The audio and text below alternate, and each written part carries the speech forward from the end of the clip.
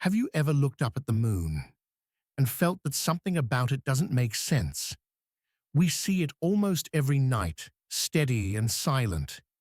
Yet behind that calm glow is a mystery that scientists still can't fully explain. Imagine this. If the moon weren't there, life on Earth might never have existed. And yet, the more we study it, the stranger it becomes. Some researchers have even gone so far as to say the moon shouldn't be there at all. Tonight, we're going to dive deep into the enigma of the moon, its impossible origins, bizarre behavior, myths from ancient civilizations, and the question that refuses to die. What exactly is the moon? Now, before we begin our journey, like and subscribe. It really helps our channel grow and create more content like this in the future. Let's get back to it. Let's start with a simple question. Where did the moon come from? At first glance, it seems like an easy thing to answer. After all, we've studied planets, asteroids, and distant galaxies, but when it comes to the moon, every theory scientists propose seems to fall apart under closer inspection. One early idea was the capture theory, that the moon was a wandering object drifting through space until Earth's gravity snatched it up. That sounds dramatic, but here's the problem. The moon's orbit is too perfect. If it were captured, we'd expect a chaotic, tilted path. Instead, the moon circles us with a precision that seems almost designed. Another idea is the co-formation theory, that Earth and the moon formed side by side at the same time from the same cloud of dust and gas. But when astronauts brought back moon rocks, we found something shocking. The moon's composition is weirdly different. It has fewer heavy metals than Earth, and its isotopes, the fingerprints of where something formed, don't quite match. So scientists came up with a new explanation, the giant impact hypothesis. According to this, billions of years ago, a planet-sized object smashed into the young Earth. The collision was so violent that debris was blasted into space, eventually clumping together to form the moon. Sounds neat, right? But here's the issue. The math doesn't add up. If the moon came from another world, its isotopes should be different from Earth's. But the moon is almost a twin. The isotopes are nearly identical. It's as if the moon was made from Earth itself, and yet it isn't. And here's where it gets even stranger. The moon is about 400 times smaller than the sun, but the sun is about 400 times farther away. That perfect ratio is why we get breathtaking total solar eclipses, where the moon covers the sun with almost surgical precision. Out of trillions of celestial bodies in the universe, what are the odds that our moon would line up so perfectly? Is it just coincidence, or something more? Think about this. Without the moon's stabilizing pull, Earth might wobble like a top, causing wild climate swings. Without the moon's tides, early life might never have crawled out of the oceans. In a very real sense, the moon is why you and I are here, and yet we have no clear idea how it came to be. That's why some scientists call it the impossible moon. But the mystery doesn't end with its origin, because once you start paying attention to the moon itself, you notice even stranger details, things that almost feel like the moon is trying to keep secrets. We've seen how the moon's very existence challenges science. But when we look closer at its behavior, the mysteries only multiply. From strange sounds to unexplained lights, the moon isn't just a passive rock circling Earth. It's active, unpredictable, and sometimes downright eerie. In 1969, when the Apollo 12 astronauts left the moon, they did something unusual. They intentionally crashed part of their lunar module onto the surface, like a test. Seismometers left behind recorded what happened, and the result shocked everyone. The moon rang like a bell. For nearly an hour, vibrations echoed through its crust, as though the whole world was hollow. Later missions confirmed this bizarre effect again. Scientists say it has to do with the moon's structure, its dry interior, and lack of water. But still, the image of a ringing, hollow-sounding moon lingers in the imagination. But sound isn't the only strange thing. For centuries, astronomers have reported flashes of light on the lunar surface. Sometimes they appear as glowing spots, other times as streaks, even as patches of mist. These transient lunar phenomena are so common that NASA once kept logs of them. What causes them? Gas venting from underground? Meteor impacts? Or something else we've never considered? Then there's the way the moon spins, or rather, doesn't. The moon is tidally locked to Earth, which means it rotates at exactly the right speed so that we always see the same face. Billions of years of gravitational tugging synchronized it. That's the standard explanation. But once again, the perfection of this balance feels uncanny.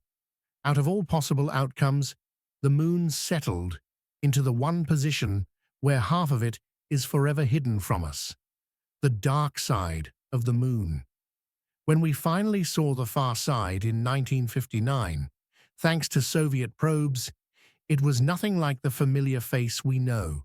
No large seas, no smooth dark plains, just rugged cratered highlands, as if two different worlds had been fused together. Why is one side so different? No one fully knows. And then there are the rhythms. Cultures for millennia noticed how life itself seems to follow the moon. Farmers planted by its phases.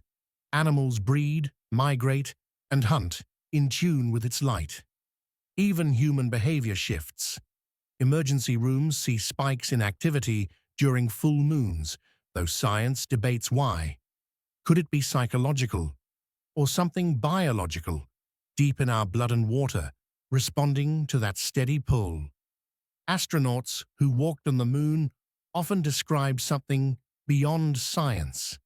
They spoke of an eerie stillness, a silence so complete it was unsettling. Standing under a black sky, with Earth hanging overhead like a jewel, they felt both awe and strangeness, as if the moon wasn't just a place, but a presence. So what are we left with? A moon that rings, flashes, hides half its body, controls life on Earth, and holds silence so deep it changes those who walk upon it. No wonder ancient civilizations saw the moon as divine. And that brings us to another layer of mystery, not just science, but myth, because the moon has always been more than rock and dust. It has always been a symbol of power, transformation, and wisdom. We've seen how the moon baffles science, how it rings like a hollow sphere, hides half its body, and influences life on Earth in ways we barely understand. But if modern researchers are left puzzled, it's nothing new. For thousands of years, humanity has looked at the moon and wondered. Long before telescopes and space missions, the moon was already powerful, not just as an object in the sky, but as a symbol of mystery, transformation, and destiny. Every culture on Earth has a mythology of the moon. The ancient Egyptians worshipped it as a god of time and cycles.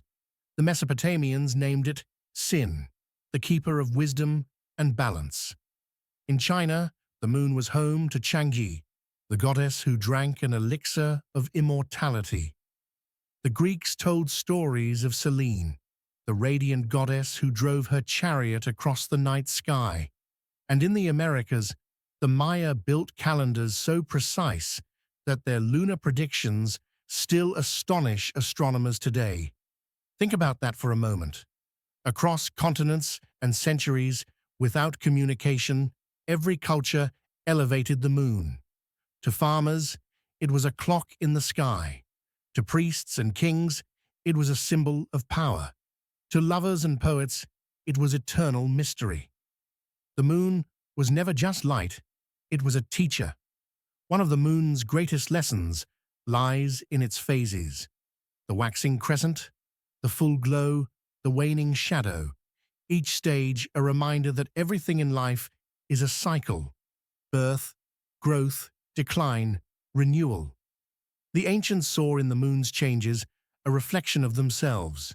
That's why so many rituals and festivals were tied to lunar phases. It was not superstition, it was alignment. Long before the solar calendar we use today, humans followed a lunar calendar.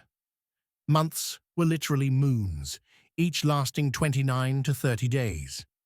Ramadan in Islam, Passover in Judaism, Easter in Christianity, Diwali in Hinduism, all trace their timing back to the moon.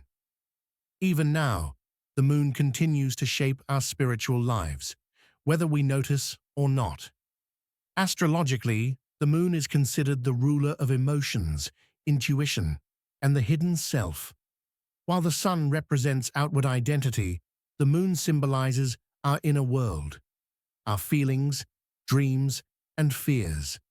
In ancient astrology, the moon wasn't just a rock circling Earth.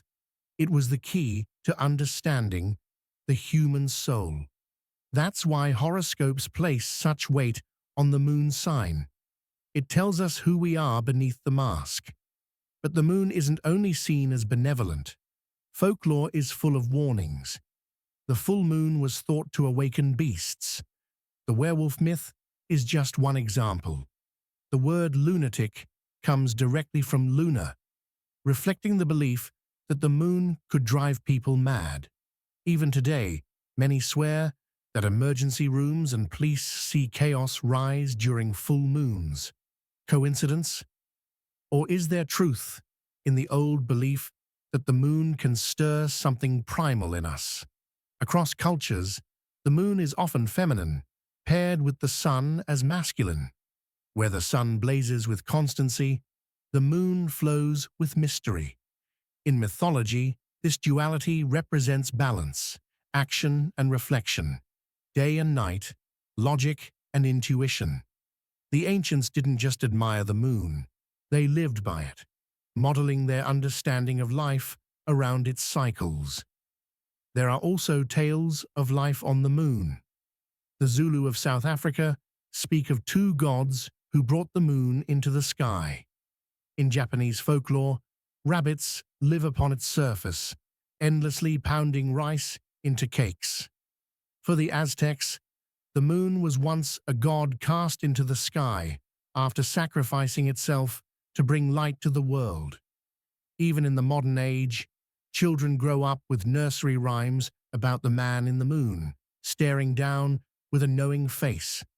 What unites all these myths is reflection. The moon reflects sunlight, but it also reflects humanity, our fears, our hopes, our cycles, our changes. When we look at it, we don't just see a sphere of rock, we see a mirror of ourselves. And perhaps that's why the moon has always been a source of wisdom. It reminds us that darkness is temporary, that light returns, that everything moves in phases. So consider this.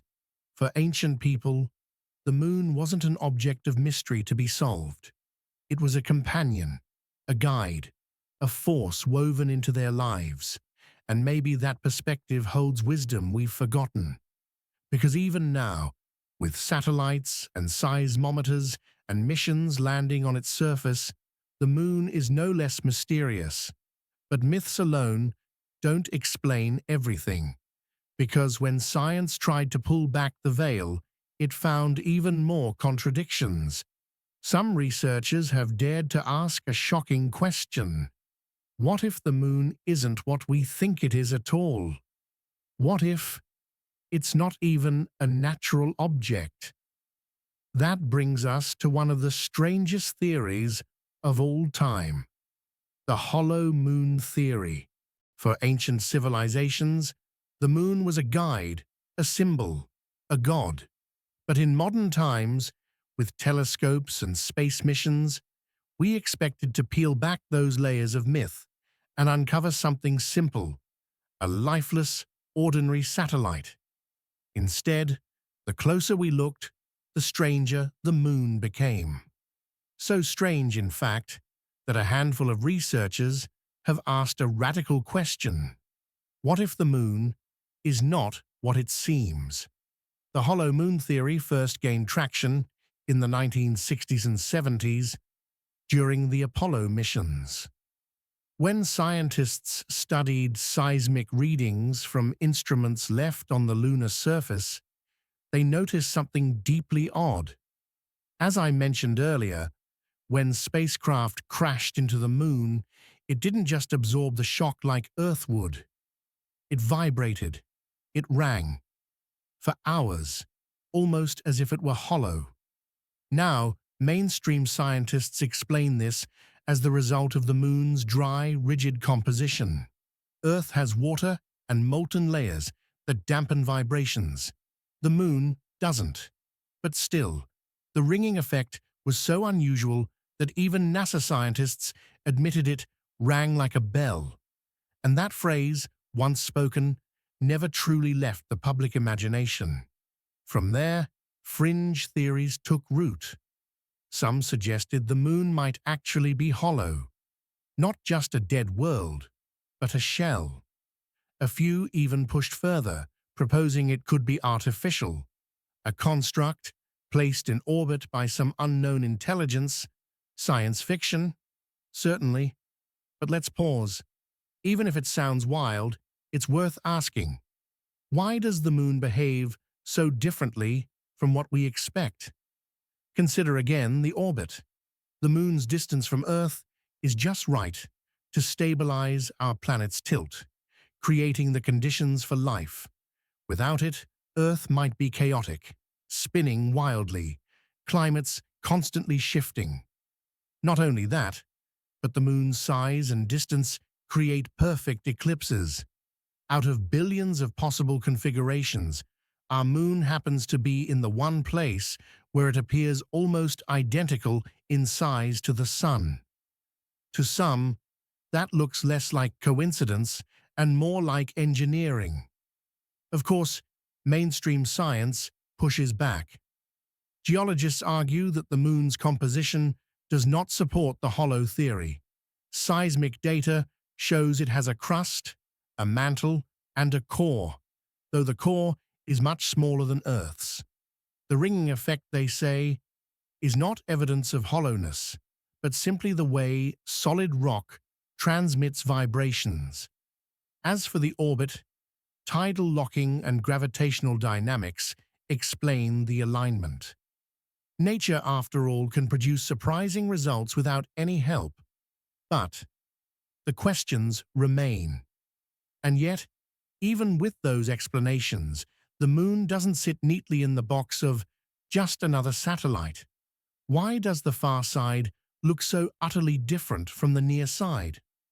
Why are its craters so shallow compared to their width, as if something underneath stopped impacts from going deeper? Why is the crust thicker on the far side, as though it had been reinforced? Every answer seems to generate new questions.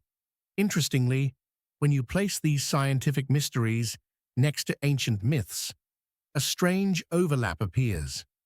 Cultures spoke of the moon being brought into the sky, of gods carrying it, of it being placed. It's tempting, dangerously tempting, to wonder if the myths were allegories for something our ancestors didn't fully understand, but still intuited. Now let's be clear. There is no solid evidence that the moon is artificial. The vast majority of scientists reject the idea. But what makes the hollow moon theory fascinating is not that it's likely true, but that it exposes just how little we actually know. The moon is right there, dominating our sky, and yet it remains one of the least understood major bodies in our solar system. And maybe that's part of why theories like this resonate. The thought of a hollow or artificial moon taps into something primal. It challenges our assumption that the universe is random. It suggests design, intention, mystery, and whether you believe in it or not, it forces us to think bigger, to confront the possibility that the cosmos is stranger than we imagine. So, what is the moon? A hollow shell? A crafted satellite? Or simply a natural wonder whose strangeness comes from our own incomplete understanding? For now, the debate continues. But while science works on its theories, the moon continues to affect us in ways both subtle and profound. Because no matter what its origin story is, one fact is certain. Without the moon, Earth would not be the same. And to see just how deeply its influence runs, we need to explore its role in shaping life itself. From the oceans to evolution to human civilization. Whether hollow, natural, or something else entirely, there's one truth no one disputes. The moon shapes life on Earth. It is not just a silent neighbor in the sky. It is a force that has written the story of our world. Without it, our planet would be alien, unstable, maybe even lifeless. Let's dive into the ways the moon has quietly, yet powerfully, molded the Earth and all who live here. First, let's talk about stability. Imagine Earth without the moon. Our planet's axis, the tilt that gives us seasons, would wobble unpredictably. Scientists estimate that without the moon's gravitational anchor, Earth's tilt could swing wildly, from nearly 0 degrees to over 45 degrees. That means ice ages might come and go in centuries, deserts might become jungles overnight, and climates would shift so rapidly that complex life might never have had a chance to thrive. In short, the moon kept Earth calm enough for us to exist. Next, the tides. Every day, the moon pulls on Earth's oceans, creating the rise and fall of the seas. At first glance, it might seem like nothing more than a rhythm of water, but those tides may have been the cradle of life itself. Billions of years ago, as microscopic organisms began to emerge, tidal pools offered a unique environment. Water that receded and returned, concentrating nutrients, sparking chemical reactions, nudging life toward complexity. Without the moon's tides, life might never have crawled from the sea onto land. And the influence didn't stop there. Plants, animals, and humans all evolved under the moon's steady rhythm. Many species rely on lunar cycles for reproduction. Sea turtles lay eggs during certain phases of the moon. Coral reefs spawn in synchrony with the full moon, painting the oceans with life. Even birds and insects navigate by lunar light. The moon is not just scenery. It is a clock, a compass, a metronome of existence. Now let's bring it closer to home. Human beings, too, respond to the moon. Our sleep cycles shift with its phases. Our rituals, calendars, and traditions have long been tied to its glow. Entire civilizations organize time around the moon. Months, festivals, harvests, journeys. Even today, when we glance at a calendar, the word month itself is rooted in moon. The mark is permanent, etched into language, culture, and memory. But the moon's role is not only biological, it is deeply emotional and spiritual. Think of how many works of art, poems, and songs have been inspired by its light. From Shakespeare's verses to Van Gogh's Starry Night, from Japanese haiku to the music of Debussy, The moon has been muse and mystery. Standing beneath its glow, humans across all eras have felt something universal. A pull, not just of gravity, but of the heart. And here's something fascinating. Modern psychology has studied whether the moon influences human behavior. Some hospitals and police departments still prepare for busier nights during full moons. While the science is inconclusive, the belief itself is powerful, so powerful that it may shape behavior through expectation. In that sense, the moon affects us twice. First, through physical forces, like tides, and second, through the stories we tell about it. Step back for a moment and look at the bigger picture. For billions of years, the moon has been Earth's partner in the cosmic dance. It calmed our wobbling axis, pulled at our oceans, shaped our nights, guided our calendars, and sparked our imagination. Without it, the Earth would be a different world entirely. The moon may not just orbit Earth. In many ways, it made Earth what it is. So the next time you see the moon rise, think of this. You're not just looking at a distant sphere. You're looking at the reason you exist, the reason our planet is stable, the reason life was able to take root and flourish. The moon has always been with us, shaping us in silence, and as much as it has defined our past, it may also determine our future, because now, as humanity looks to the stars, we once again turn to the moon, not as a mystery in the sky, but as the next step in our journey beyond Earth. What role will it play in the centuries to come? Could it be a stepping stone to the stars, or the key to our survival? Let's explore the future of humanity and the moon. For billions of years, the moon has shaped Earth's destiny, but now, for the first time, the roles are shifting. Humanity is beginning to shape the moon's destiny. It's no longer just a distant light in the sky. It's becoming the frontier of our future. And what we choose to do with it may define not only the next century, but the survival of our species. We often think of the 1960s Apollo missions as the peak of lunar exploration. But in truth, that was only the beginning. Today, a new space race is unfolding.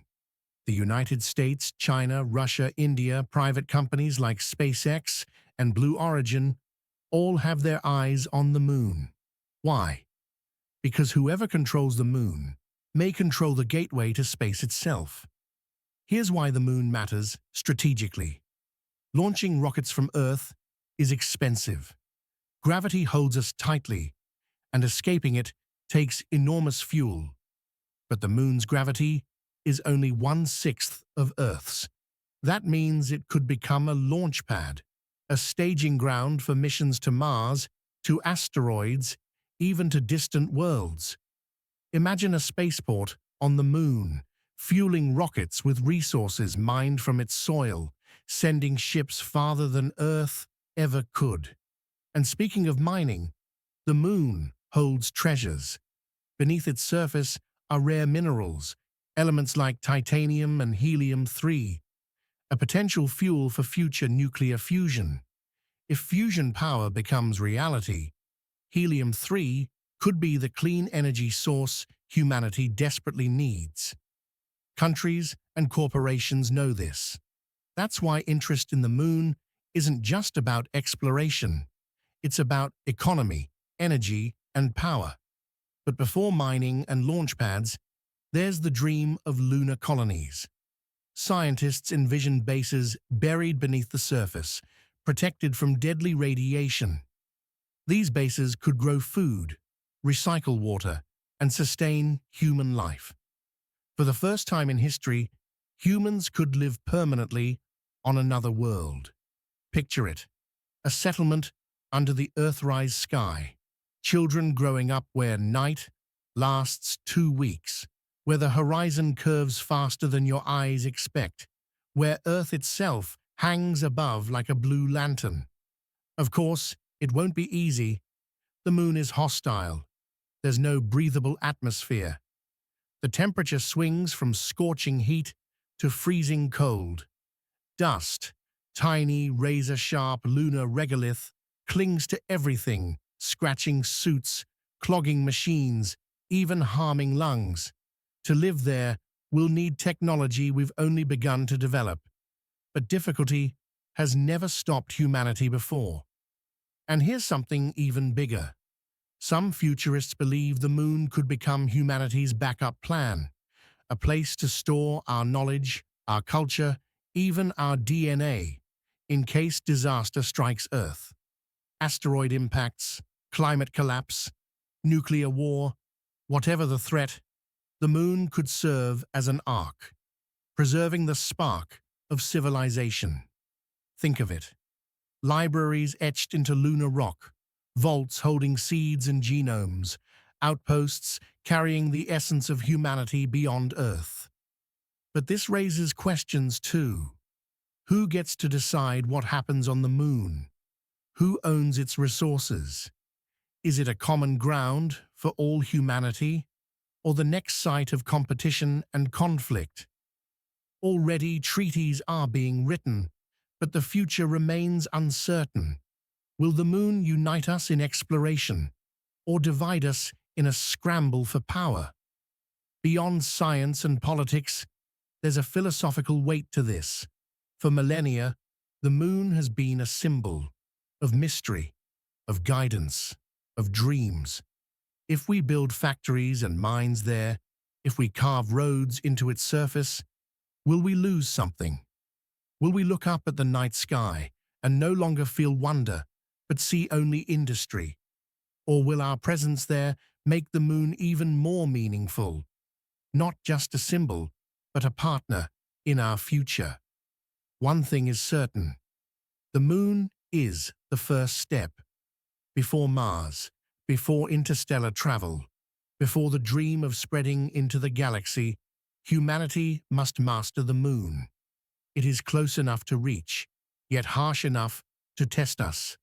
If we can live on the moon, we prove we can live anywhere. It is the proving ground of our destiny among the stars.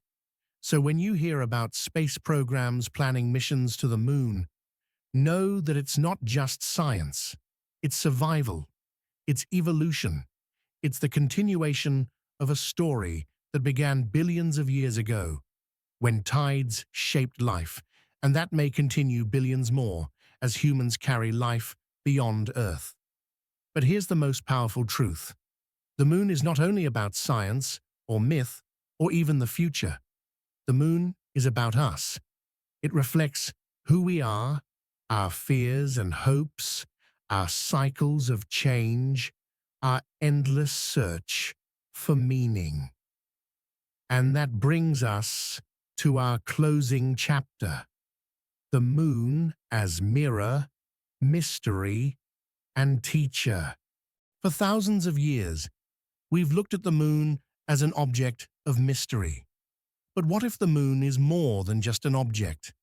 What if it's a mirror, not reflecting sunlight, but reflecting us, our stories, our struggles, our dreams? The moon has always been up there, unchanging, yet what it means to us changes with every generation. And in that way, the moon reveals more about humanity than about itself. Think about the myths we've created. In ancient Mesopotamia, the moon was a god named Sin, cycling through phases like the rhythm of life and death. The Greeks gave us Artemis, protector of the wild. The Chinese told stories of Chang'e, who drinks the elixir of immortality and drifts eternally on the lunar surface. These myths tell us less about the moon and more about our hunger for meaning. We saw its phases and created stories of cycles, rebirth, protection, immortality. The moon didn't change. We did. Even today, we attach feelings to it. Lovers walk under its glow, Poets write under its silence, and we talk about going a little crazy during a full moon. Psychologists debate whether the moon affects behavior, but maybe it doesn't matter. What matters is that we believe it does. The moon becomes the canvas onto which we project our deepest emotions. When we're lonely, it feels distant. When we're hopeful, it feels bright. When we're lost, it feels like a guide. But the most powerful lesson the moon gives us is in its cycles. It waxes, it wanes, it disappears, it returns. Always reliable, yet always changing. And doesn't that feel like life itself? We go through phases. We grow, we struggle, we retreat, we come back stronger. The moon reminds us that change is not an end.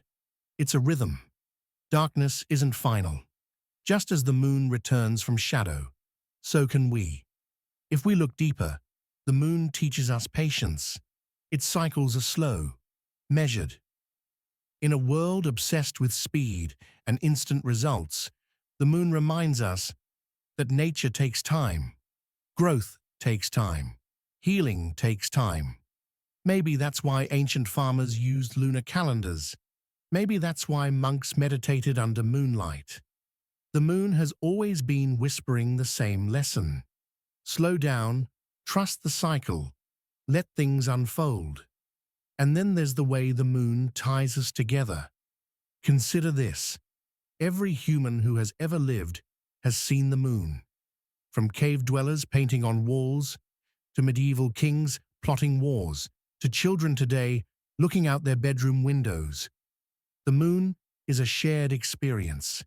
Generations pass, empires rise and fall, but the moon remains. When you look at it tonight, you're sharing the same sight as your ancestors from 10,000 years ago.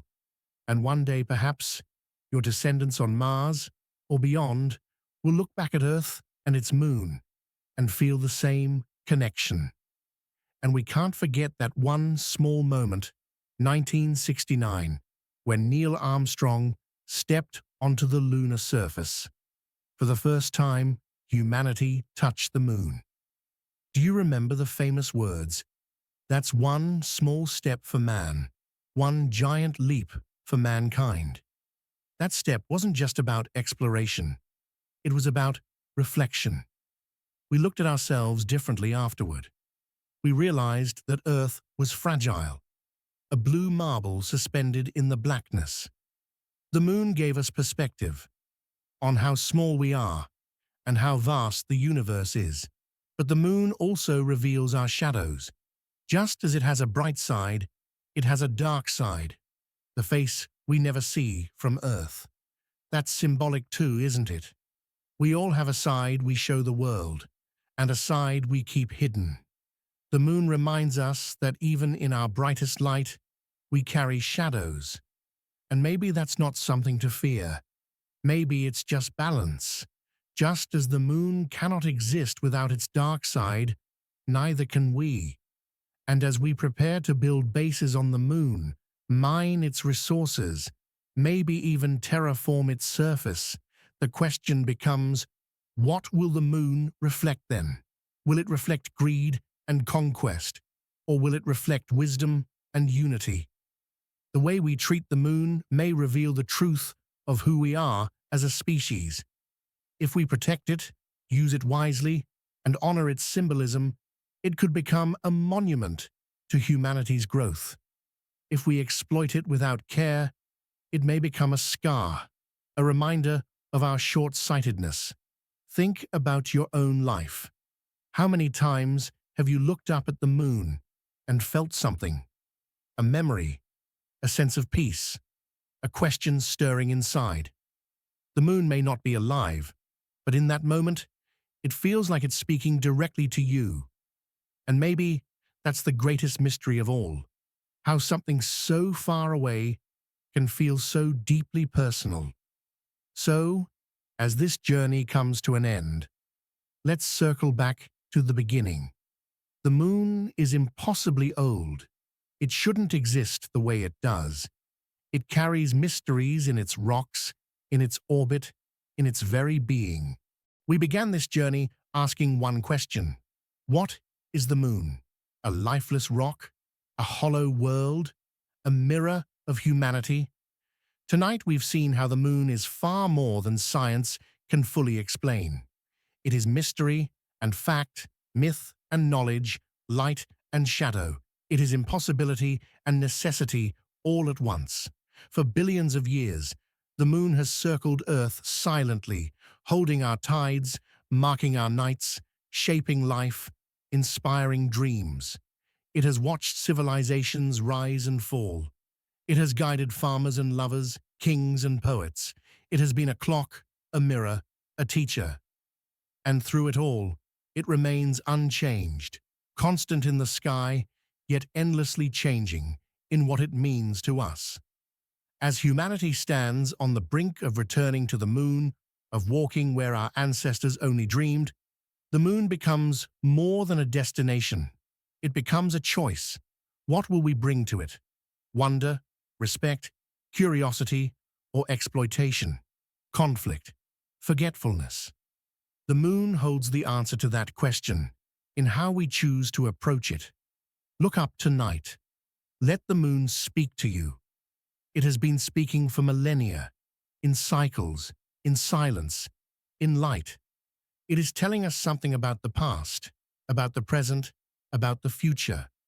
The moon is not just above us. It is with us. It is part of our story, and its story is still being written. The moon is not a mystery to be solved. It is a mystery to be lived. And perhaps that is its greatest gift.